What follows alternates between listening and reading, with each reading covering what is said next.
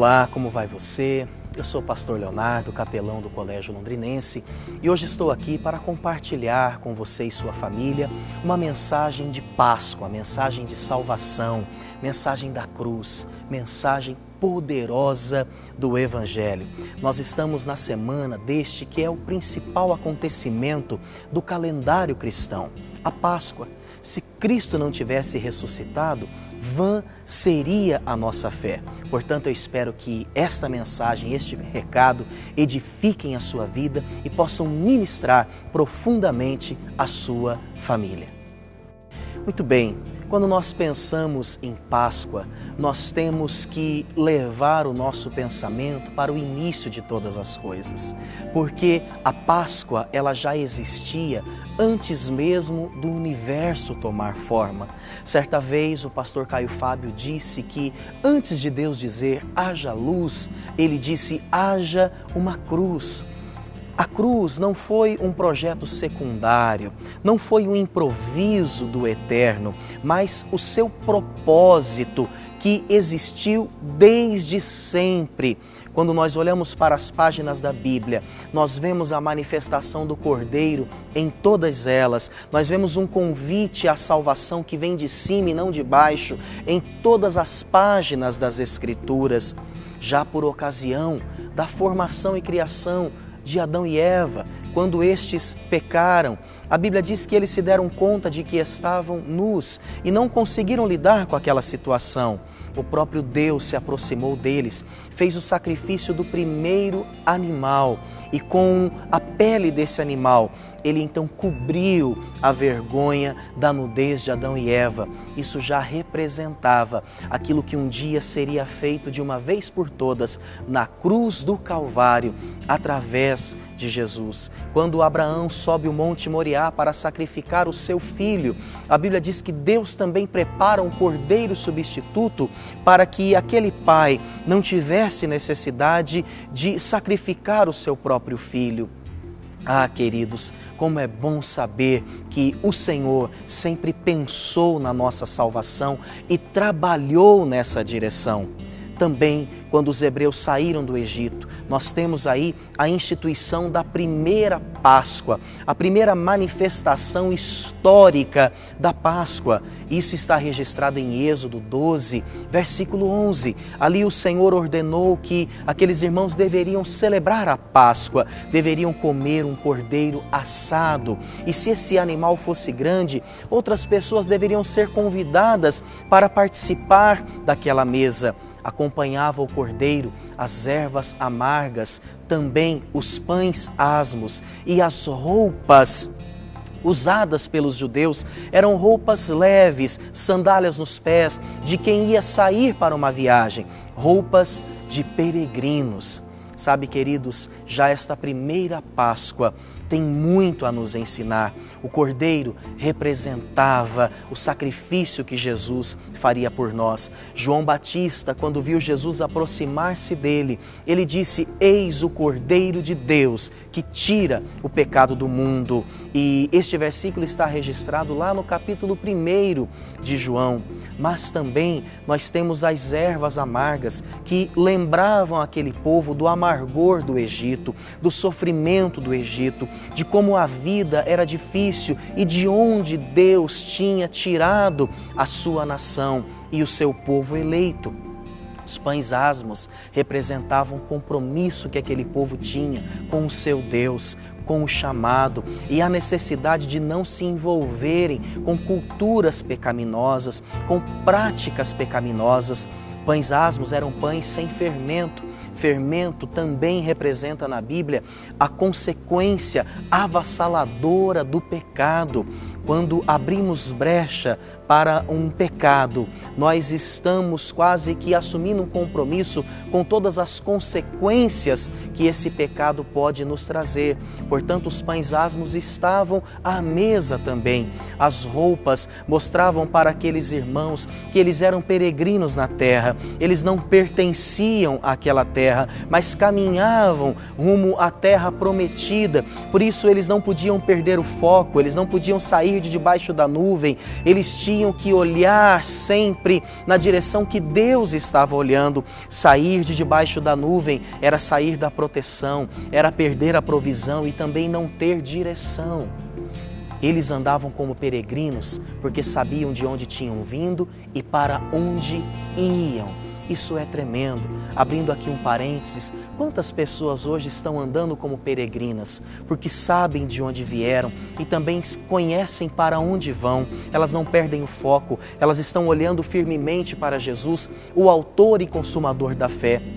Mas, queridos, existe uma multidão aí fora perambulando e nós precisamos escolher se vamos viver como peregrinos ou como pessoas que estão perambulando, estão sem rumo, ovelhas sem pastor, pessoas que não têm esperança no futuro, não têm paz no seu presente, não têm a alegria de sentar à mesa com os seus familiares. E eu espero que você, meu amado irmão e distinta irmã, possa mesmo, não só nessa Páscoa, mas pelo resto da sua vida, ter a sua família ao redor da mesa, ali sendo instruída, alimentada, adorando ao Deus que diariamente nos prepara um banquete. Esta também é a mensagem de Páscoa. E a Bíblia diz que durante todos os anos, os judeus celebraram esta Páscoa desta forma, até que chegou o primeiro século, a era cristã. A Bíblia diz que Jesus se revela e a Bíblia diz que soberanamente, por uma escolha divina,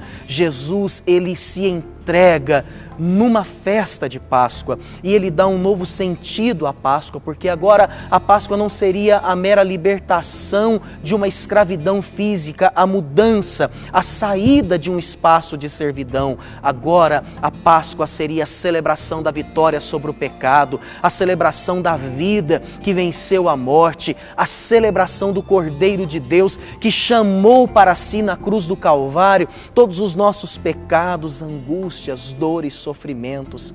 Ali, queridos, na cruz do Calvário, Ele quitou a nossa dívida.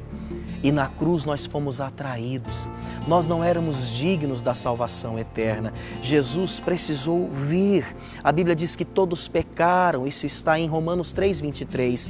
Todos pecaram e estavam separados da glória de Deus. Portanto, Ele veio e Ele se entregou para nos reconciliar com o Pai e também para selar a unidade entre nós e o nosso próximo. A Bíblia diz em Efésios 2:16 que na cruz Jesus destruiu a inimizade, estabelecendo por meio dela a paz. Portanto, em Cristo nos tornamos dignos de nos assentarmos à mesa. Cristo é o convite, é a segurança para aqueles que querem passar a sua eternidade na glória, na Nova Jerusalém, desfrutando das bodas do Cordeiro. Nós temos no livro de Apocalipse, no capítulo 19, uma palavra muito linda que diz: bem-aventurados os que foram chamados, os que foram convidados para as bodas do Cordeiro. Cordeiro ressurreto. O Jesus que ressuscitou ao terceiro dia, que venceu a morte, Ele mesmo convida os seus remidos para participarem da sua mesa na eternidade. Mas, pastor, como saberemos, como podemos ter certeza desta bênção na nossa vida? Quando nós entregamos o nosso viver ao Senhor Jesus, esse Deus que está vivo, esse Cristo que ressuscitou. Diante da Páscoa, nós não temos que ter medo, como tiveram os soldados diante daquele terremoto e eles fugiram com a aparição do anjo no sepulcro. Diante da Páscoa, nós também não temos que ter incredulidade, como alguns discípulos tiveram e necessitaram colocar o dedo para ver se Jesus de fato havia ressuscitado. Diante da Páscoa, nós temos que ter a reação daquelas mulheres que foram no domingo pela manhã para encontrarem o corpo de Jesus. A Bíblia diz que um anjo as abordou e ele disse: Jesus não está aqui, Ele ressuscitou. Voltai para Jerusalém anunciando esta mensagem. No caminho, o próprio Cristo se apresenta a elas e elas então ali demonstram uma atitude que deve ser a nossa atitude hoje diante da Páscoa. A Bíblia diz que elas apresentaram admiração. Elas estavam espantadas diante da ressurreição. mas elas também apresentaram adoração, porque elas se renderam aos pés de Jesus, elas se curvaram, reconhecendo que ali estava o seu Salvador, e elas anunciaram a mensagem de Jesus. Se você quer, de fato, participar de uma verdadeira Páscoa, olhe para Cristo, não apenas admirando, mas adorando, reconhecendo-o como seu Senhor e Salvador pessoal. Neste momento, assim como nós temos o convite do próprio Cristo para participarmos da sua mesa, eu quero convidar você também para cear comigo. Vamos simbolicamente realizar aqui uma grande Santa Ceia, celebrando não apenas a morte, mas a ressurreição deste Deus que está vivo. Ele está à destra do trono do Pai, de onde intercede por nós. A Bíblia diz, queridos, que na noite que Jesus foi traído, ele tomou o pão e, havendo dado graças, ele o partiu e ele disse: este é o meu corpo, dado por amor de vós, fazei isto em memória de mim. Por semelhante modo, depois de haver ceado, ele tomou também o cálice e disse: este é o cálice da nova aliança no meu sangue, o sangue derramado em favor de muitos. Permitam-me participar agora dos elementos.